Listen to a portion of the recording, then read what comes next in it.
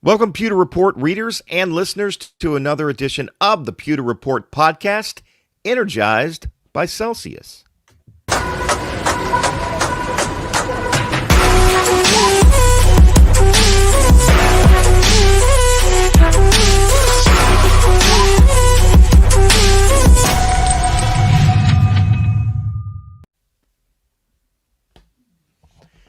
I am Mark Cook, along with my boss, Scott Reynolds, and John Ledyard is with us today. And we have a brand new title sponsor for the Pewter Report podcast. Scott? That's right, Mark. PewterReport.com is excited to announce its partnership with Celsius energy drinks, which provide essential functional energy for your active lifestyle. Stay active and energized all day long with Celsius by your side. I'm drinking the grape right now, and orange is probably my favorite, but they come in an assortment of flavors. And the important thing is staying active and energized all day.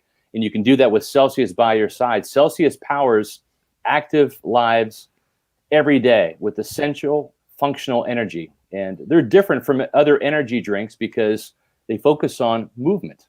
When combined with exercise, their formula is clinically proven to boost your metabolism and help you burn your body fat.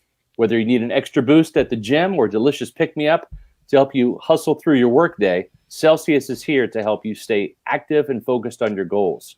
Made with only the best ingredients, Celsius has no artificial preservatives or flavors, no aspartame or high fructose corn syrup, and it's very low in sodium. Check out the newest Celsius flavors, Peach Vibe, and look for the new fall flavor, Fuji Apple, on Amazon.com or local retailers. Guys, we're excited to have Celsius as the title sponsor for PewterReport.com. This is great because I drink Celsius, and I've been drinking Celsius really since the beginning of this year. My wife actually got me hooked on this. She likes the watermelon, but once I tried the orange, I was hooked, and we pursued a partnership with Celsius. They're a Florida-based company that's a national company, and highly encourage you guys to click on the banners that you see on PewterReport.com. They're going to take you to Amazon, where you can order Celsius by the pack and save a lot of money doing so. But we're grateful and excited to have Celsius as our title sponsor for the Pewter Report podcast.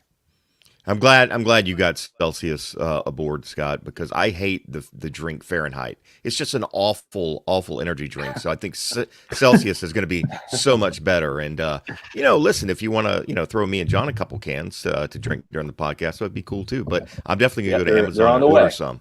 Awesome. Well, awesome. The great thing about this, before we get to Buccaneer football, is I used to drink other energy drinks, and you get the jittery feeling sometimes, and sometimes you get the crash afterwards. No jitters and no crash with Celsius. So it's definitely the energy drink for the Reynolds household, and soon the Cook and Ledyard households as well, and hopefully yours too, Pewter Nation. Check out Celsius.com.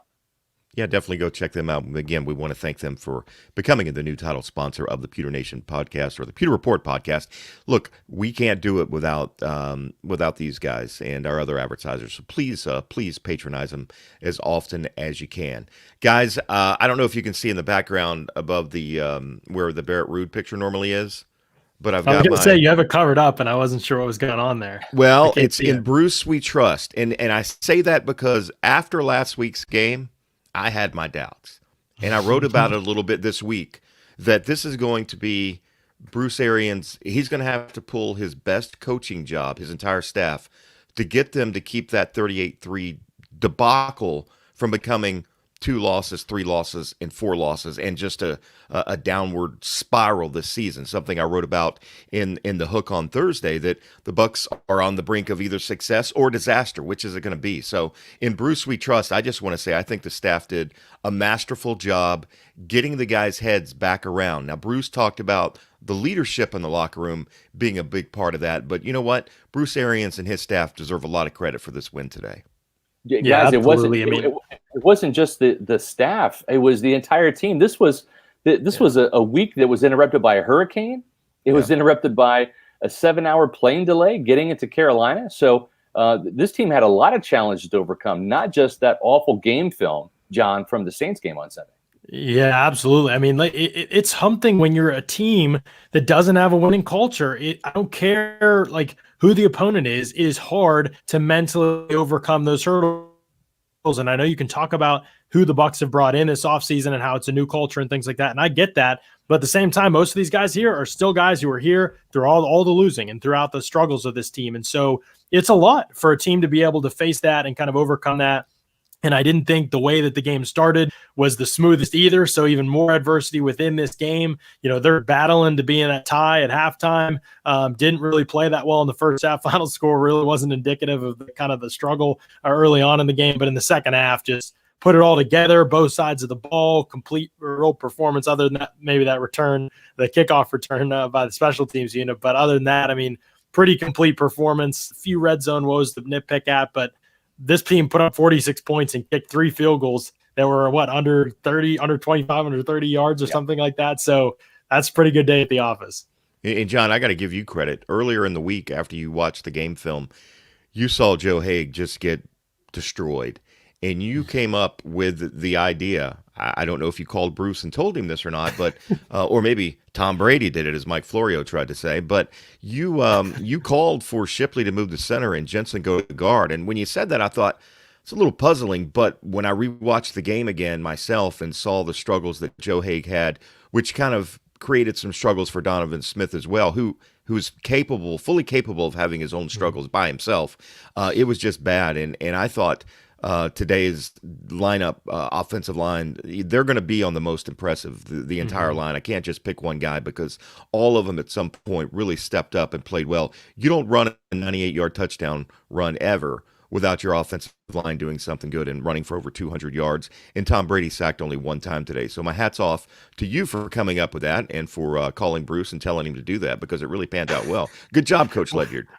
Well, don't give me too much credit, because I also had one of the more infamous tweets of this afternoon. And this You're getting good at this. You're getting good at this with those early game tweets, man. You gotta bite your tongue. Into a corner. Yeah. Get it.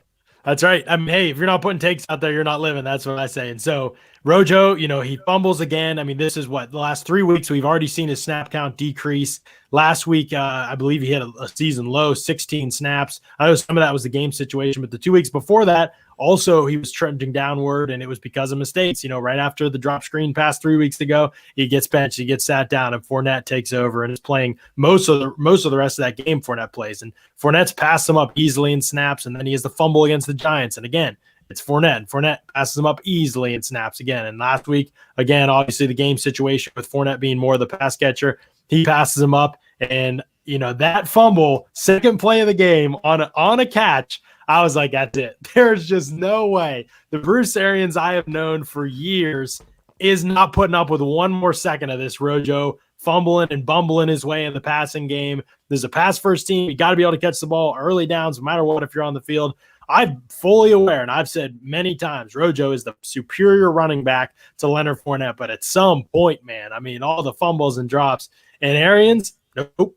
Decided to stick with fantasy owners. Got to be just absolutely furious. They already hate Arians. They have for years, because he always says one thing, does another. But here he goes, and he keeps Ronald Jones in the rest of the game, rides him big time, 192 rushing yards. Obviously, most of that coming on the 98-yard touchdown run. But RoJo has a huge day, and I said in my Game Changer article, it's a good thing they let players read Twitter on the sideline now, because that was all the motivation that RoJo needed. And I got a text from our favorite general manager that said he would spare me this week. So I appreciate him. Jason Light, we love you. You are a GM, and we appreciate you. And Ronald Jones, big day in the face of just when it looked like he was down to his last life, man. Guy gets it done.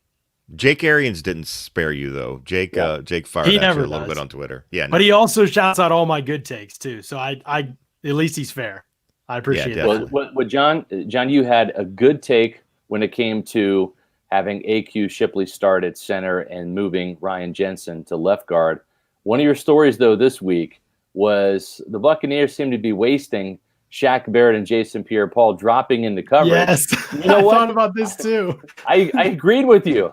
I think everyone did. I still agree. Yeah. But regardless for one of day and one play, Jason Pierre-Paul said, no, John Ledyard, no. I'm going to intercept this pass and make you eat those words. And he sure did. So right after that Ronald Jones touchdown we just got through talking about, Jason Pierre-Paul comes up with a huge play in the game. And although the Buccaneers were underwhelming on that drive, it ended up with just 3 points rather than 7.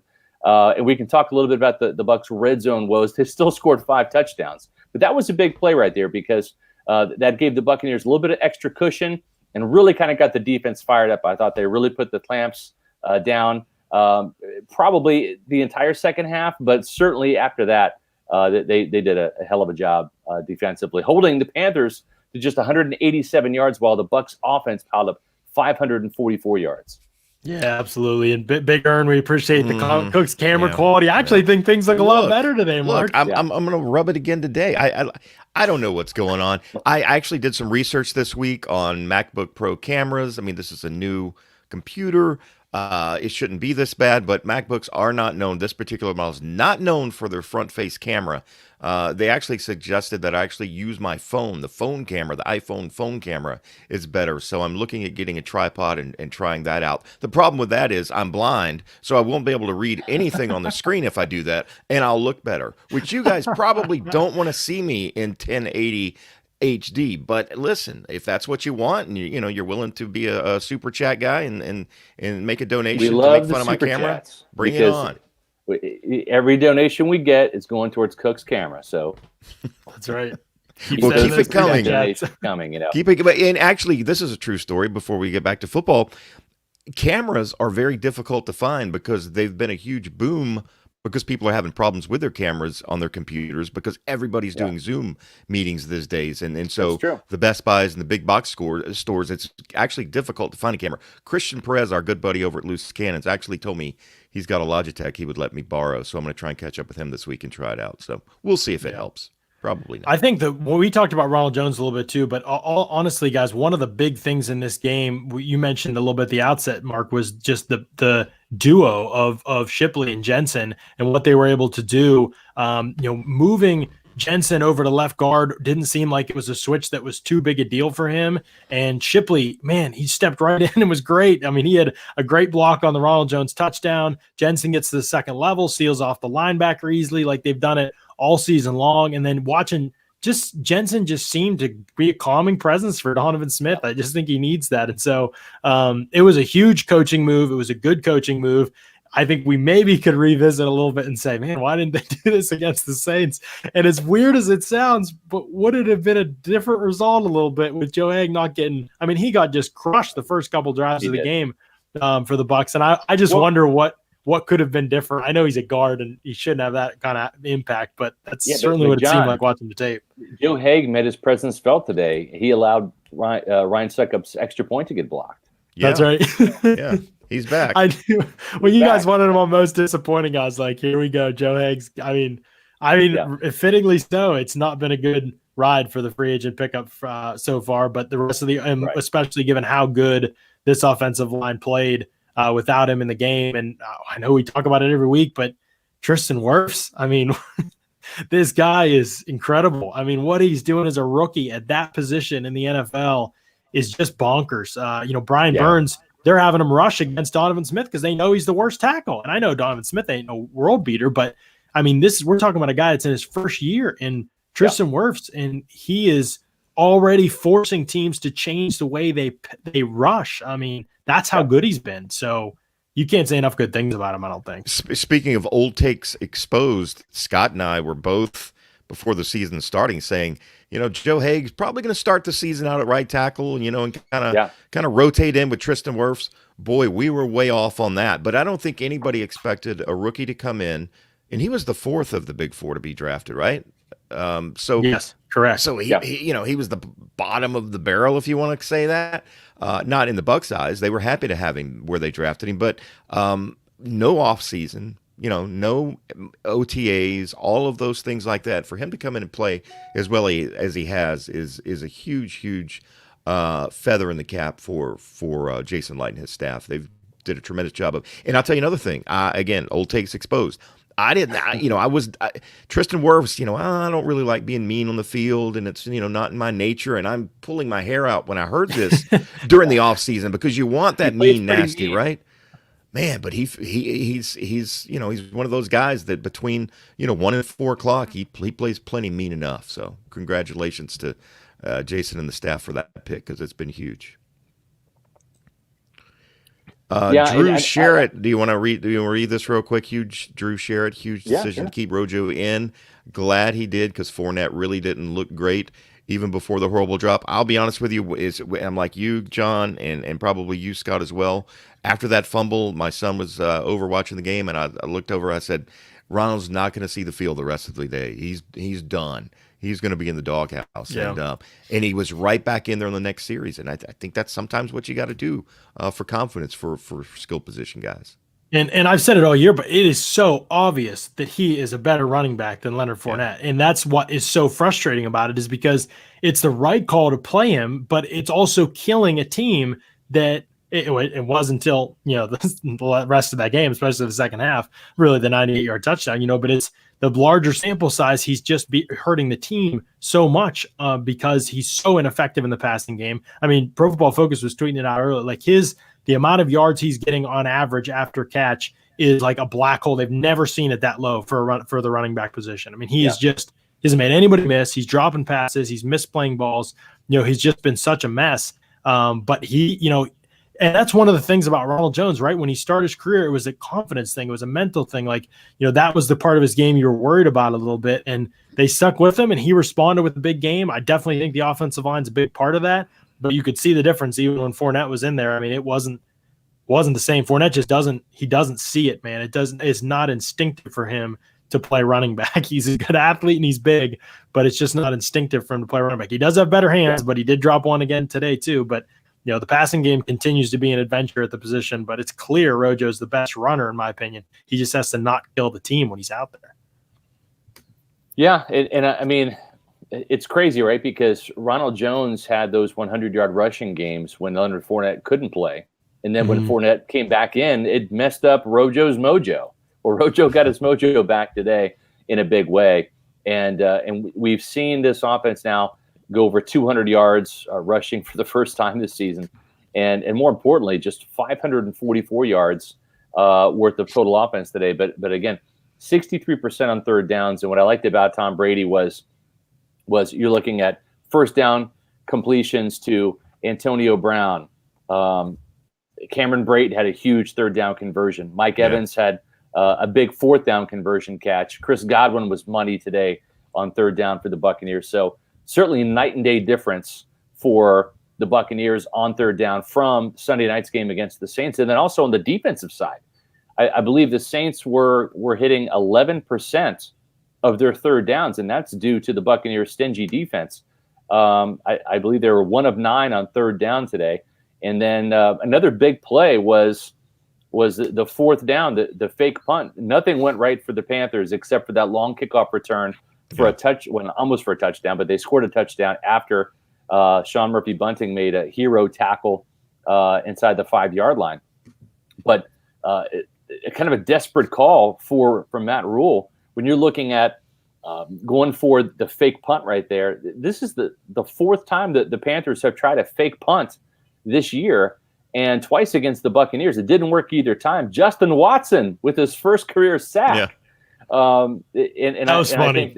It was great, And we even tweeted about that because it ended up kind of being a run play, but it really, once that quarterback, or I should say once the punter had the ball back ready to throw, then he decides to tuck it and move up there. I said, Justin Watson, that's a sack. So 1 of 3 sacks by the Buccaneers today, kicked off by Justin Watson's play on fourth down there. And then Shaq Barrett had one to close out the game. Jason Pierre-Paul, aside from that huge interception he had, also had his sack. He has the team lead now, 7.5. Shaq Barrett is up to, I believe, 5 or 6 this year.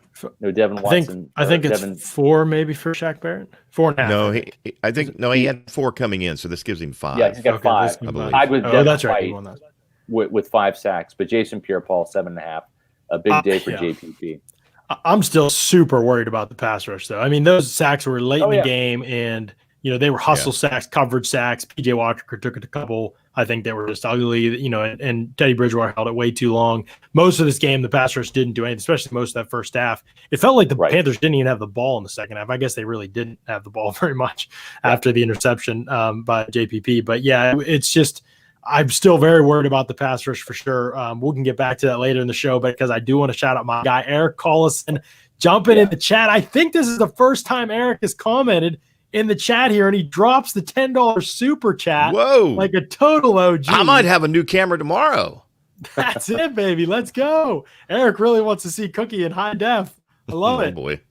Eric, appreciate you, man. And he says, we can officially say that bringing Godwin in from split end to be a blocker on obvious run plays and dropping pass rushers into coverage is the way to success, right? Yes. Sample sizes. Do they matter or do they not? That's what we have to ask ourselves. I think there's some benefit to bringing Godwin inside on the run plays because he is an effective blocker, but I wouldn't do it as much as they do it, I don't think. And dropping the pass rushers into coverage, I love it as a wrinkle. I just don't like it at the rate of like 10 or 11 times a game out there doing it now. That's where it gets a little bit too much for me. But yeah, it worked as a wrinkle today, and so it's a good call in that situation for sure. Dragon Lopez has a comment as well, and we appreciate the super chat donation. What a rush. What did I say? 4 easy dubs, and one of them, that's one of them, baby. RoJo hit demigod status today. JPP with a pick when we had some doubters. We did have doubters. The Bucs had doubters, and they answered it today. Good performance by many of those guys who were slandered last week. One of those guys, Mike Evans. Mike Evans got his targets. Yes, I mean, would Bucs fans have been happy if this was a loss because Mike Evans was getting his targets? I don't know. They might have been. Depends on if they had him on their fantasy teams. That's true. I think one of the things to look at in this game, though, is just how the offense spread the ball around, right? I mean, Tom Brady, you had a bunch of receivers, right, that had big days. Godwin, 92 yards. Mike Evans, 77 yards on 11 targets. Antonio Brown, 8 targets, 7 catches, 69 yards. We talked about Gronkowski had a 44-yard catch that helped set up a touchdown, 51 yards for the day. So that's 4 different receivers that had 50 yards or more receiving. Tom Brady, 28 of 39, 343 yards, 3 touchdowns, and a rushing touchdown. Probably could have had even more, right? Because we had a touchdown pass go off of Tyler Johnson's hands and then one off of Mike Evans in the end zone. Brady could have had a 6-touchdown day, 5 through the air, 1 on the quarterback sneak if the Buccaneers had been a little bit more sure-handed. Yeah, there's no doubt.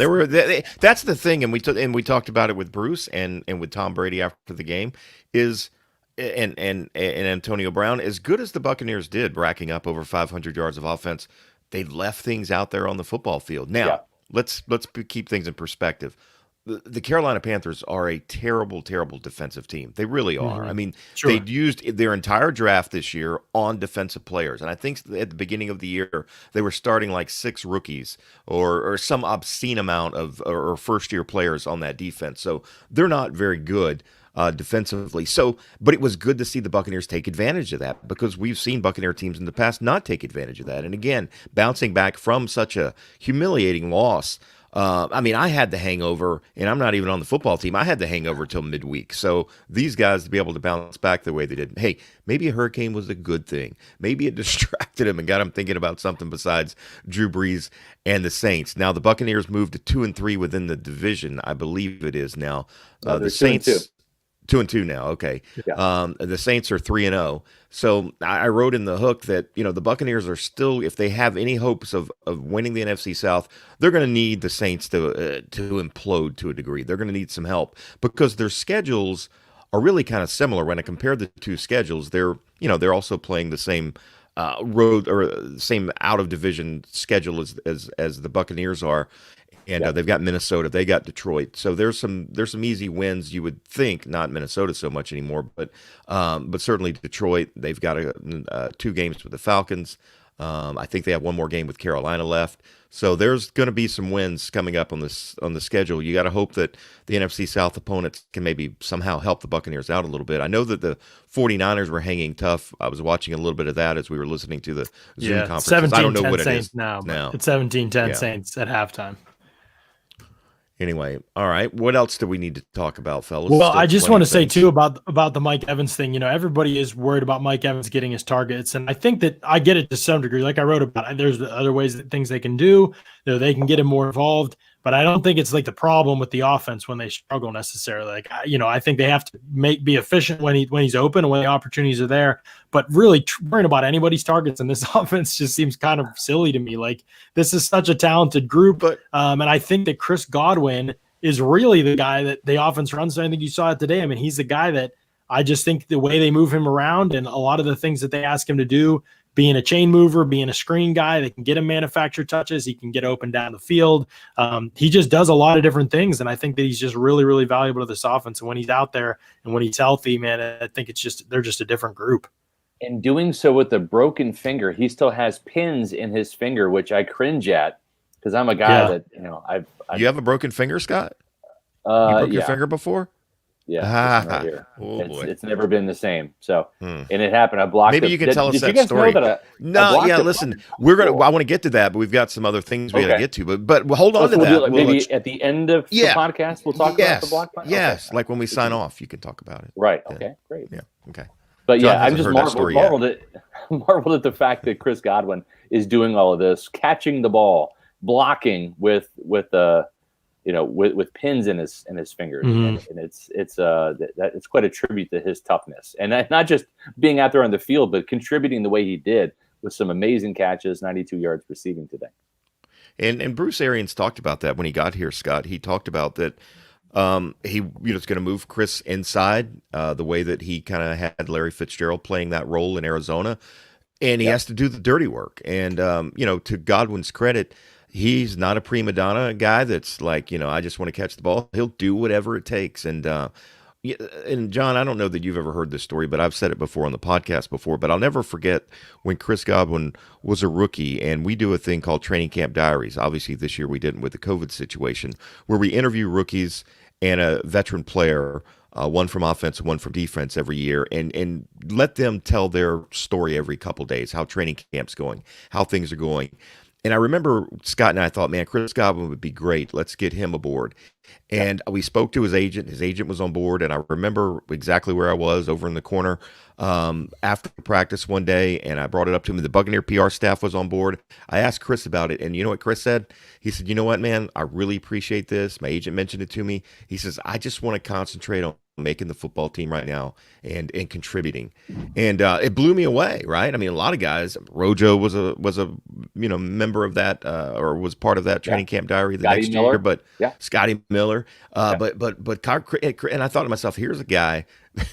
It reminds me of the Mike Allstott story when he was inactive in his first preseason game against Miami after being a second-round draft pick, and he was down and depressed, and the coach asked him, what's wrong? He goes, well, I'm trying to make this football team. And they're like, Mike, you're a second-round pick. You're going to make the team. But in his mind, he needed to be out there. And I think Chris Godwin didn't want any distractions at all, and we've seen his hard work pay off. And it's a shame he's had the injuries and missed the games that he has this year, because there's no telling how much, what kind of production he would have had in those missed games.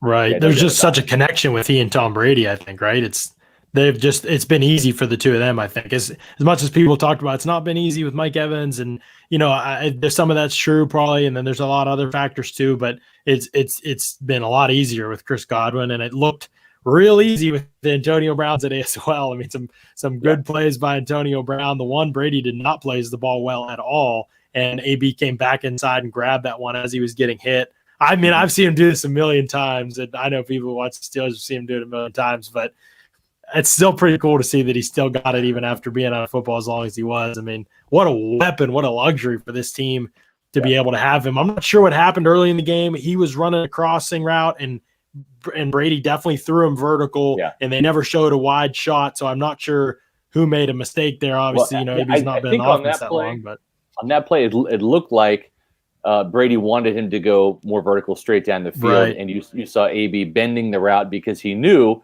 that quadrant of the field was open, and if Brady were to continue to carry the shot there's no way the safety could catch up. So just some miscommunication there. Brady's not been great. There was a graphic on the Fox News broadcast, the Fox Sports broadcast, about the troubles that Tom Brady's had with the deep ball, and we saw that today. We saw a couple of those instances where it wasn't good with him throwing the deep ball and missing a couple shots. I think when Brady's been most effective with the deep ball has been indoors, right? With the the Raiders game. So some of these, and the wind was a bit of a factor. That's one thing Bruce Arians said after the game was that the wind was a factor, was kind of swirling around there.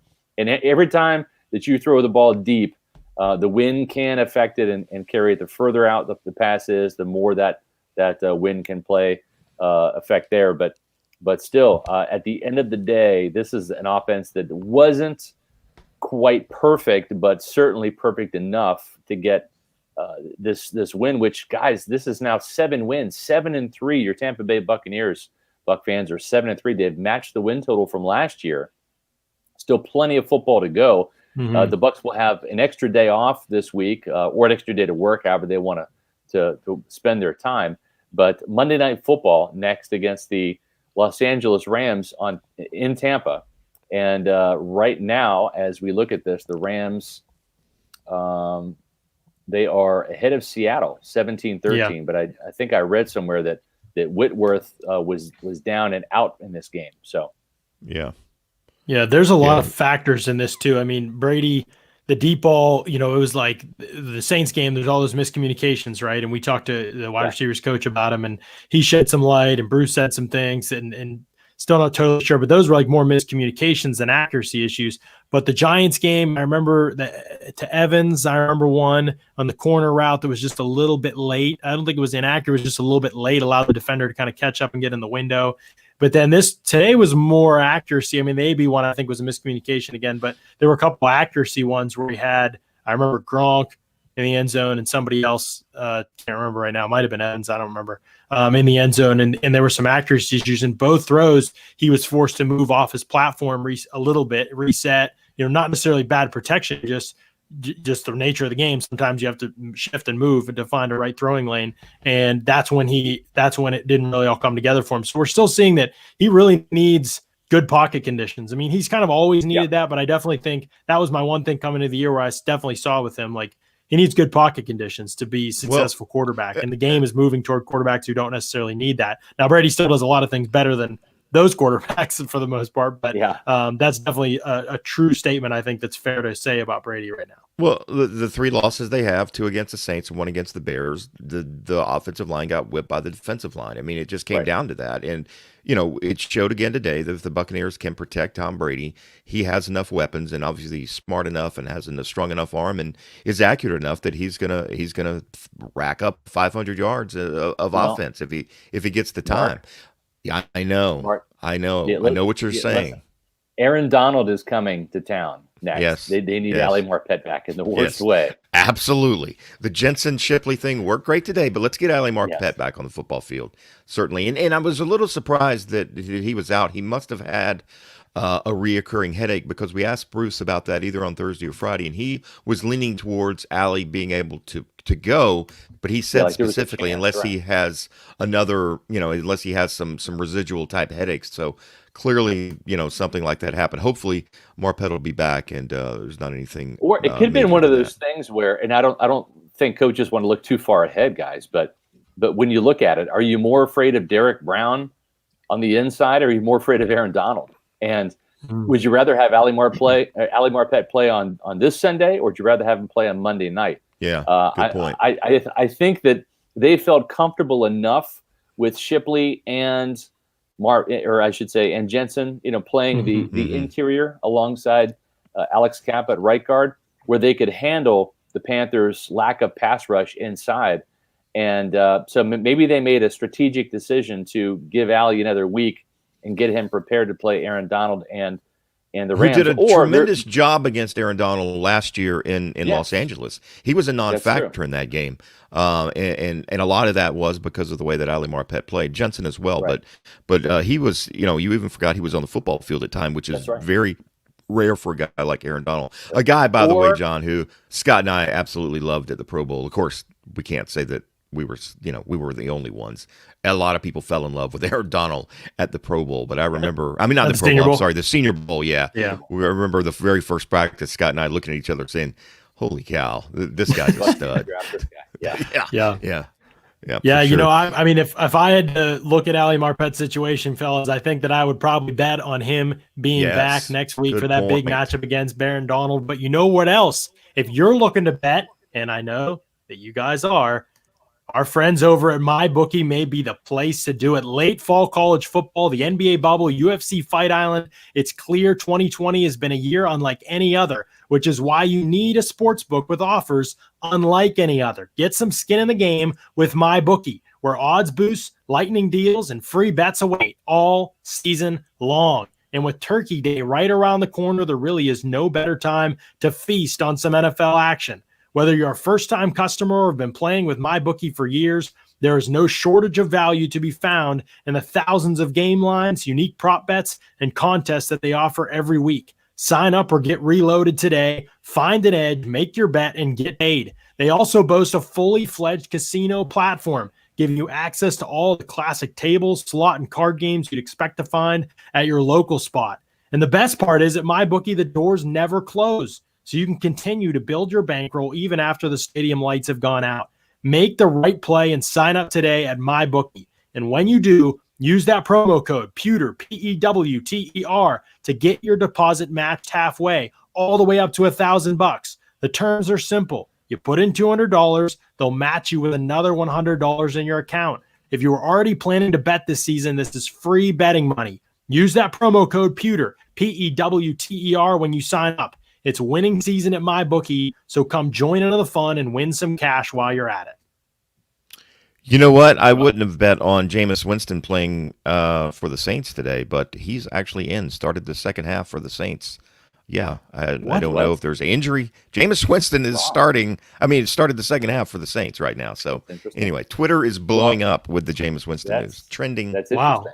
Well, it's really, I mean, because if Drew Brees is injured, that's, he's had the shoulder, but I've known for about 10 minutes, but I purposely waited because I didn't want people bailing out on the podcast to go, because I can't wait to get off so I can go in there and see what happens with that situation. But anyway, well, it very much like long lost Glazier. I pounded the Buccaneers on MyBookie, and I took the point spread there and cashed in big time. So that was my big win for this weekend. Didn't do so great on the college side. Wake Forest really screwed me. Oh my gosh. Oh man. They had a huge lead against North Carolina. North Carolina came back and outscored them 28-6 to win by, I think, 6 points. Yeah. And Wake Forest looked like they were cruising. My $5 bet was going to win me $50 if not for a late collapse by the defense there. But yes, I definitely hammered the Buccaneers and won today on MyBookie. So that was a nice little win, and we'll see what the point spreads are. You can log into MyBookie and check that out. They'll be up tomorrow. It's a couple people sounding off saying Buccaneer Bruce saying Breeze was injured on a BS call. Breeze got slammed pretty hard on a hit in the first half. I thought Taysom Hill was the backup quarterback. That's what everybody kept saying, right? He is the more expensive player. No, he's the quarterback of the future. That's what they've said too. I mean, it's just ridiculous. There's no defending the Taysom. Said that about Tim Tebow as well, and we see how that's panned out. Great athlete, though. Great athlete. Great tight end. Yeah. Great situational runner. I was a pretty good athlete in junior high myself, and look at me now. So anyway, Bucs red zone woes. Are you guys worried about him? No. Scott, yes. Are you worried? Yes. Why? Yeah. Oh, I'm worried. I'm worried not because the Buccaneers don't come away with points. Ryan Suckup.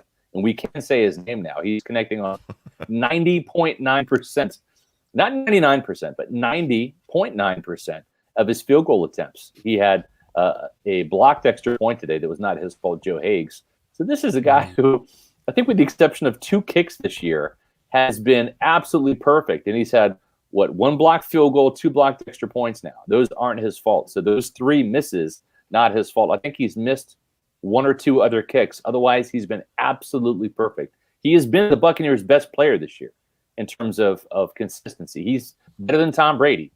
He has been the best Buccaneer. So I'm not concerned. He hasn't thrown a pick 6, yeah. Well, he hasn't, exactly. Right.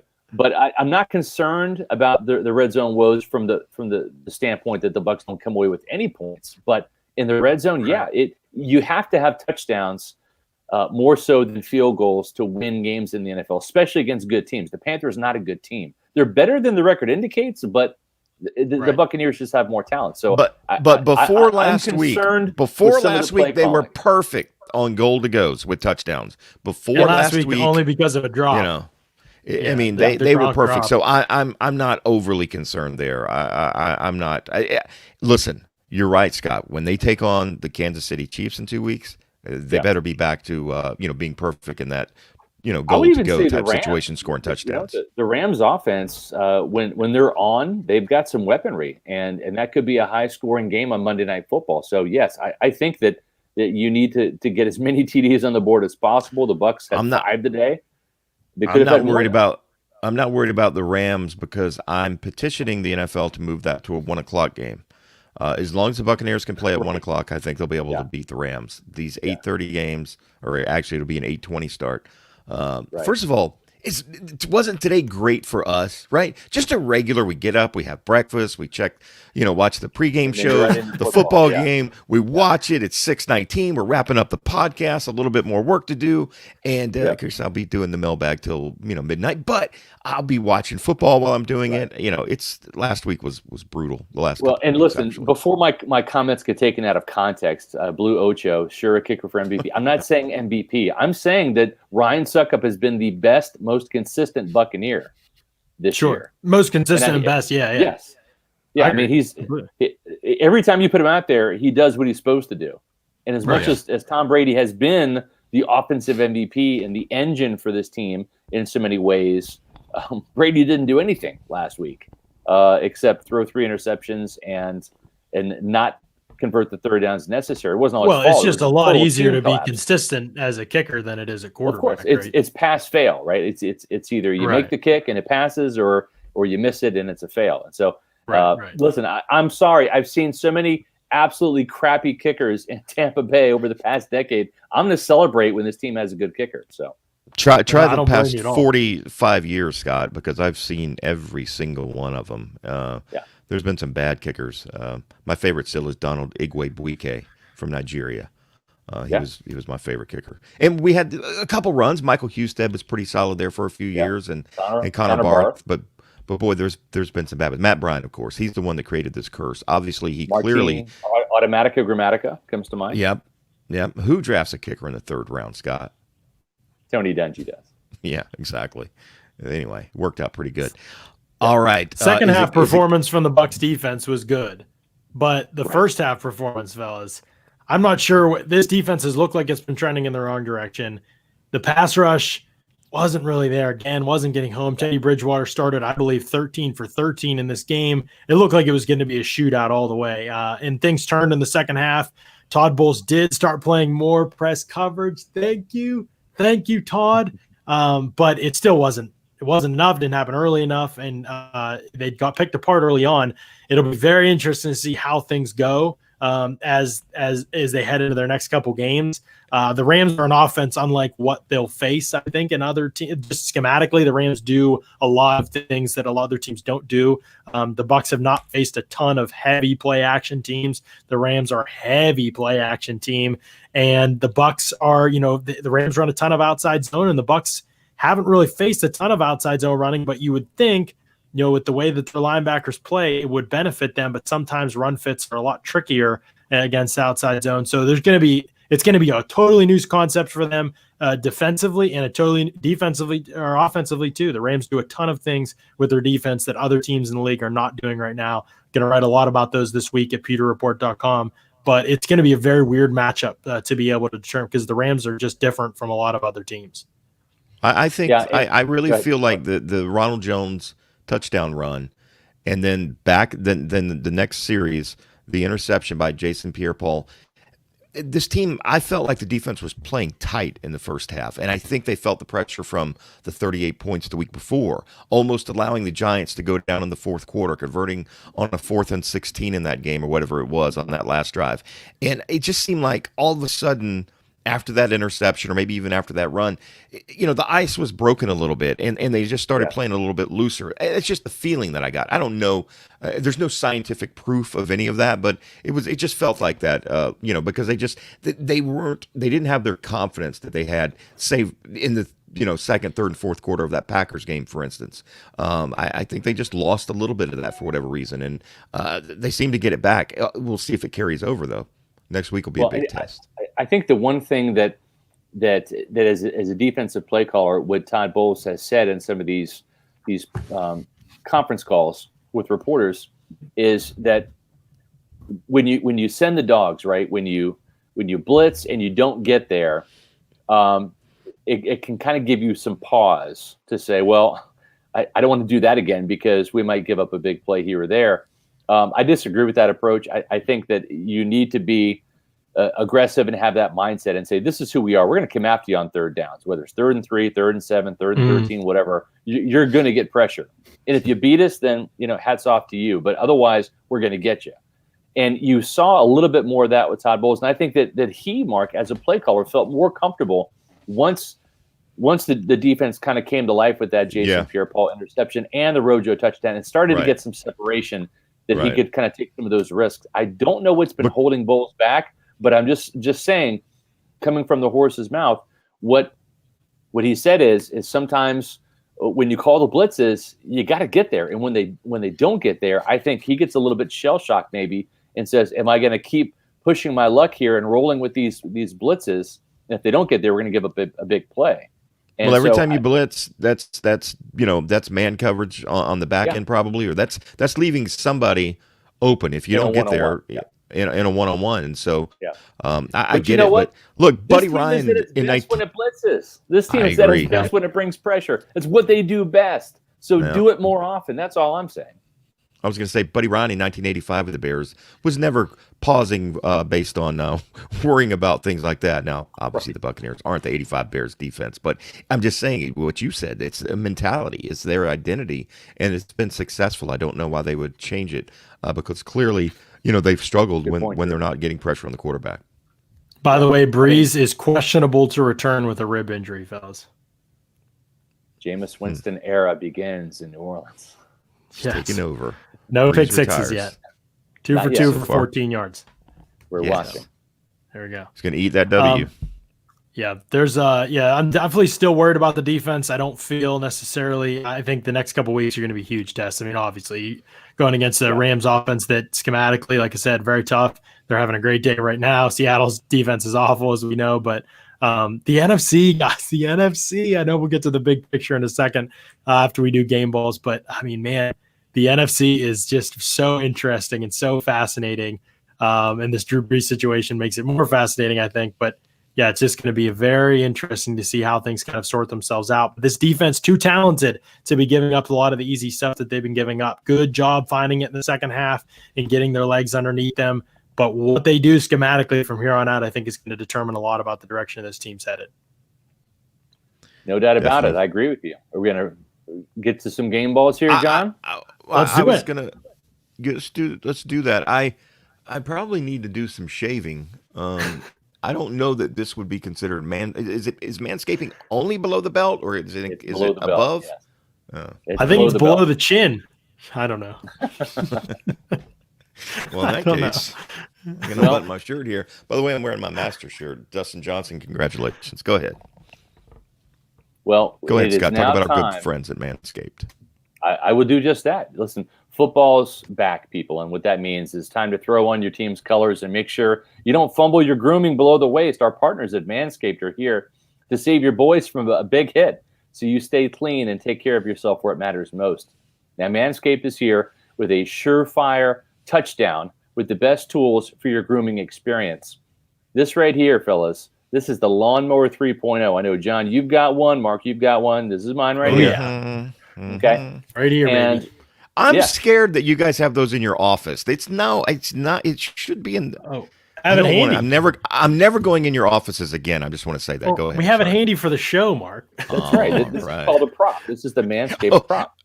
I hope you brushed it out. Okay, so, well, what I'm talking about is this is the Manscaped Lawnmower 3.0. It's got a redesigned electric trimmer. The engineering team spent 18 months perfecting the greatest ball hair trimmer ever created and just released the new and improved Lawnmower 3.0 trimmer. This is simply the best hygiene tool for the modern man. Because of the ceramic blade and the skin-safe technology, your snags will be reduced. The perfect package, when you order that on manscaped.com, is going to come with the new and improved lawnmower, waterproof cordless body trimmer, performance briefs, and this awesome travel bag right here for you to use when you're done with your quarantining. The Perfect Package 3.0 also comes with the Crop Preserver and the Crop Reviver. The Crop Preserver is an anti-chafing ball deodorant, and the Crop Reviver is a spray-on toner for the fellas downstairs. Get 20% off. This is the most important part. 20% off and free shipping when you use the promo code PEWTER at manscaped.com. Now, here's the extra thing. We've got more T-shirts to give away. If you want one of these cool PewterReport.com T-shirts, okay, we rolled through the first 10, so we've got 10 more of these to give away. White, black, gray, comes in many sizes. All you need to do is go to manscaped.com, use the promo code PEWTER. It's going to save you 20% off and free shipping. And whether it's for yourself or the holiday season's around the corner, so dad, your brother, your best friend, your uncle, grandpa, whoever needs Manscaped in your life, go ahead and get them one of the Manscaped products, and then you're going to get a T-shirt sent to you. All you need to do is email me the receipt that you get emailed to you from Manscaped at sr@pewterreport.com. Don't worry, there's no financial information on those receipts. Just email me the receipt at sr@pewterreport.com, and I'm going to send you one of these T-shirts for the next 10 people that sign up with this offer. 20% off, free shipping, promo code PEWTER at Manscaped. And football season, audible from the ordinary, and choose Manscaped for your most important male grooming needs. I agree. Oh, wait. I'm going to say this. I agree that it makes the great gift. I just don't know if I can give it to my dad and be like, Merry Christmas, Dad. Go shave your balls, Pops. Yeah. I don't want to think about it. My son asked me about it today. I didn't even want to think about that. But yes, okay, get over that part of it. Now Mark. you've made us all think about it. Yeah, well, that's what I do. I make everybody uncomfortable. And one other thing, the best thing about this thing is the headlight, man. The headlight is amazing on it. It's got a light on there. And I didn't know that I needed that until the you need it for light. Sure. It's the more light possible. Down there to make sure that you don't want to make a mistake. Yes, exactly. That's right. It's smooth too, and just quiet. It's just nice. Yeah. It's great. All right, John. I'm starved. Now I'm getting visuals. Just kidding. It's unavoidable. 20% off and free shipping is a hell of a deal, though, for sure. That's true, right? And Christmas is coming right up too. So. All right, we got to talk about our game balls for this week. Coming off that Manscaped read, we got game balls coming in there. I know people love that little segue between those. And our game balls, we're going to start with Mark since he's all geared up to talk about this stuff. Game balls, Mark. Offense, defense, who you got? Well, I'm going to go way out on a limb here, guys, and you're not going to agree with this. But I'm going to give my game ball offensively to Cam Brate. And I say that because, number one, he had the Buccaneers' first touchdown. What an incredible effort on converting on that 3rd and 19. Again, it was one of those game-changing plays. There were several in the game, but I thought that was a huge play by a guy who, what, is relegated to the bench a lot of the times. It's not a focal point of this offense. It's been lost in the shuffle. But I love Cam Brate. I think he's the consummate team football player, and you need guys like Cam Brate on your football team.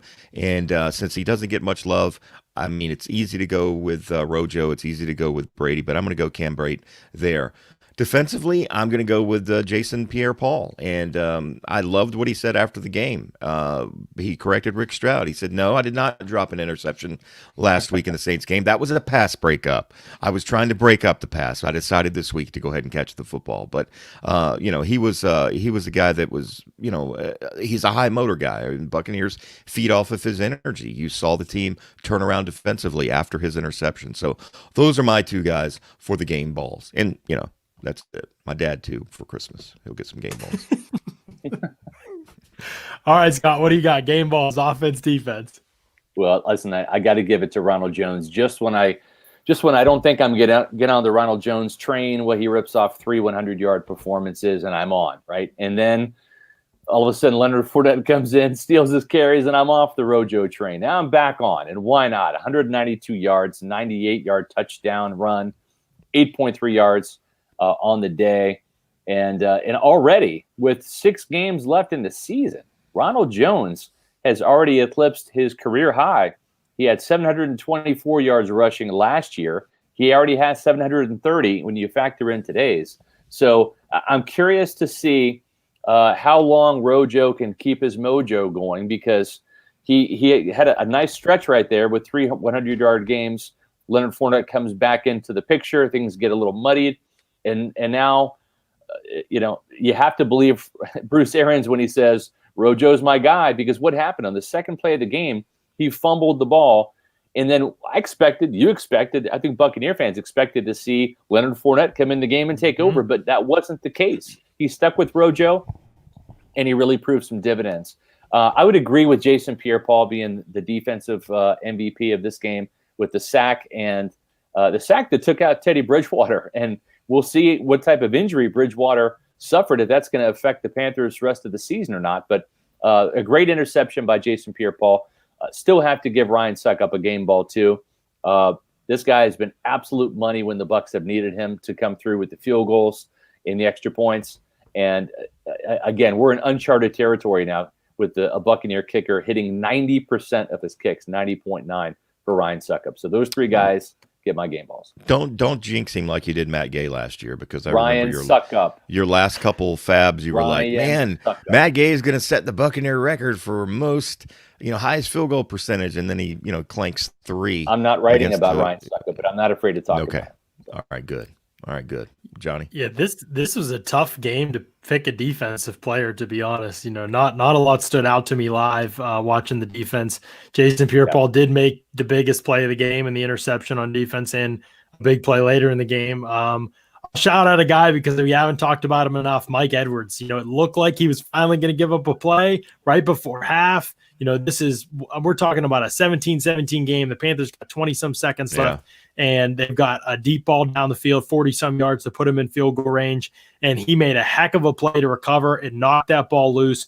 Playing secondary in the NFL is incredibly hard. He made a great play to avoid giving up the big play there, and that kept it at 17-17 going into halftime. He doesn't make that play, it's probably a Panthers lead going into halftime. So I'll give Mike Edwards a shout out, because he just continues to be a great player for them when he's on the field. I think he might have hit 100 snaps for the season today. Maybe they'll keep working on ways to get him in there. I'd shout out Carlton Davis too, just because the guy is clearly not 100%.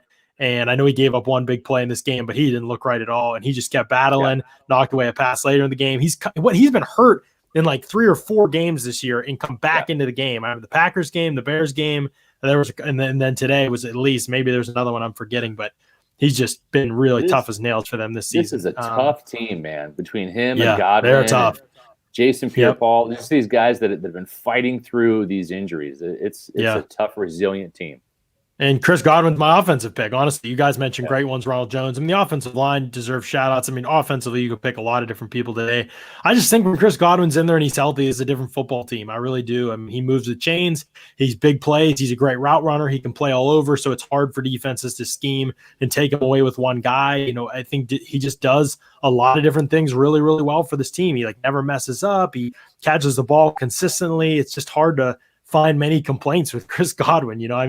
Target him in the red zone maybe a little bit more, and I think you'll be more successful than you were today. He's just that type of guy. You want to use him in those situations, I think, rather than throwing up so many 50-50s. I think that's where he shines. And so thought he was just exceptional today and had a huge performance for them. One of the few run after catch threats on this team, really, when they can give him the ball short and he can take it further. His big broken tackle on the screenplay was huge too. So big Chris Godwin fan. I think he's so important for this team. Let's jump to the big picture outlook, guys. 7-3. It's huge. I'm going to pull up a stat while y'all are discussing this, but 7-3 is a huge spot to get to on this season. 2 big ones looming. Scott, what are you thinking about the direction of this team this week compared to where you were maybe on them, say, last week?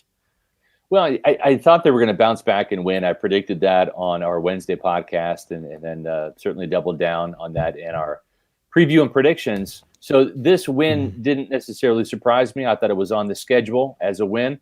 And it's important that they got this because 7-3, as I've said, they've already matched last year's win total with 6 games to go. Now, if the Buccaneers split these remaining games and go 3-3, which I think they're going to do even better than that. This is a Buccaneer team that has not lost 2 games in a row yet, which is huge.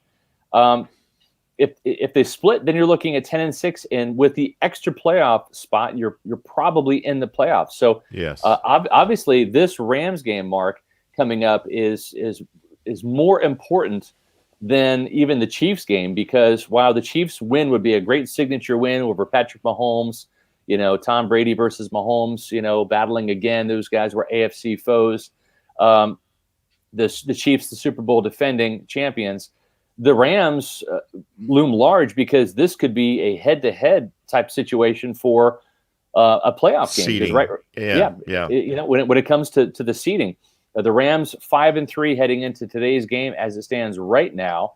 The Rams are leading Seattle, and that would be big because that would possibly move the Rams into a situation where they could contend for the division. Right now, it's log jammed at the NFC West. You've got the Seahawks at 6-2, the Cardinals and the Rams both at 5-3. The 49ers still not out of it at 4-5. That's going to be probably a race down to the wire. So I think the Buccaneers need to really get a win over the Rams to really help solidify their case in the NFC. They can drop the one of the Chiefs if they have to split those. That's the way you'd like to see it.